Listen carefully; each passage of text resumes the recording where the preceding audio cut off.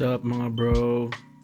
Welcome to my first vlog. So today uh, magtatapon tayo ng mga pinagtabasan ko kahapon. So kahapon nag-gardening tayo, no? Kasi sobrang haba na ng mga ng damo sa garden. So yung likod na garden medyo malaki siya. So makikita nyo yan na natabas ko na yan kahapon. So ngayon tatapon naman natin. Dito kasi sa UK di ka basta-basta pwede magtapon kung saan-saan na ihahalo mo siya sa regular na waste. So nakahiwalay ang garden waste tsaka yung mga ibang recyclable tsaka sa normal na waste. So eto tayo ngayon, hakutin natin to. So nung nagpasahan ko medyo masakit ang likod ko mga bro kasi sobrang lamig. Tsaka medyo mabigat yung mga pinagtabasang damo kasi kasama dyan yung mga sanga ng English IV na medyo madami. So buti na lang may tropa tayo na nagbigay sa atin ng mga bag, no, para may papaglagyan tayo ng mga garden waste. So yan, naghahakot na ako. Buti na lang di umulan today kasi otherwise medyo bibigat yung basura natin at basa. So ito, punta pala tayo dun sa garage namin. Actually hindi ko ginagamit tong garage na to, kundi tambakan lang siya ng mga extrang gamit, kamukha ng mga tables and chairs, tapos yung mga gamit sa garden. So di natin pinaparada dito yung yung kotse natin, no. So yan, makikita nyo medyo luma talaga ang itsura niya. Hopefully hindi naman masyadong makalat tignan, no, kasi hindi naman natin masyado nagagamit tong room na to eh.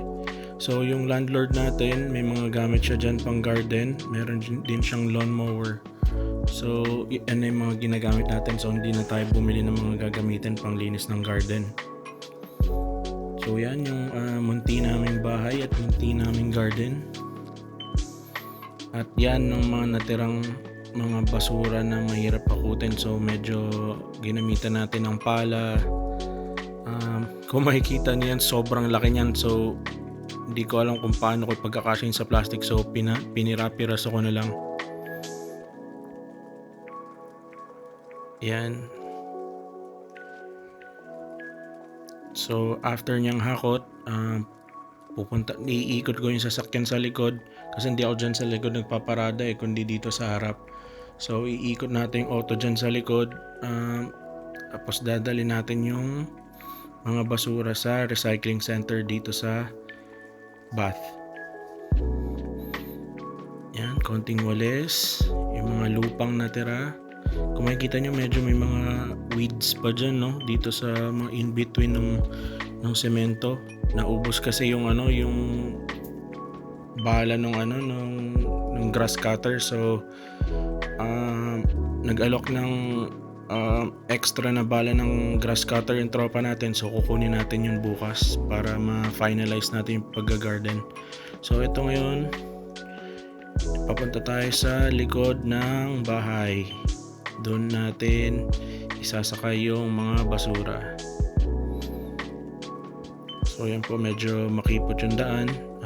Medyo nag-iingat tayo dyan kasi may mga halaman sa gilid na pwede magasgasan yung auto natin. Tapos by the way, yung iba palang mga garahe dyan, hindi sa atin yan. So sa mga kapitbahay natin yan, no. So yan. Yan, nakakuha na po natin yung garden waste. So ngayon, on the way na po tayo sa recycling center kung saan natin itatapon yung mga basura. So ito pong dinadaanan natin, ito yung usual na way ko din papasok ng trabaho everyday. Okay naman siya, walang traffic, kundi may mga traffic light lang. Mga 2-3 traffic light bago tayo makarating sa trabaho. Pero ngayon, kakanan tayo dito papunta sa recycling center. So dito po sa Batno, napakalinis po ng lugar na to, mga bro. So magandang tumira dito. Ito po, nakarating na po tayo sa recycling center. So gaantay lang tayo ng turn natin para makapagparada. Yan po. So makikita nyo, hiwa-hiwalay, nakasegregate po ang mga basura. So yan, hinahakot ko na po diretso sa garden waste.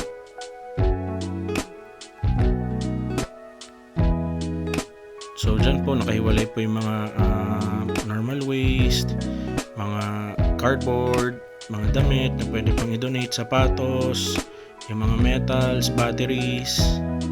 So yun mga bro, yan lang naman. Maraming salamat sa panonood. Sa susunod ulit. Thank you very much.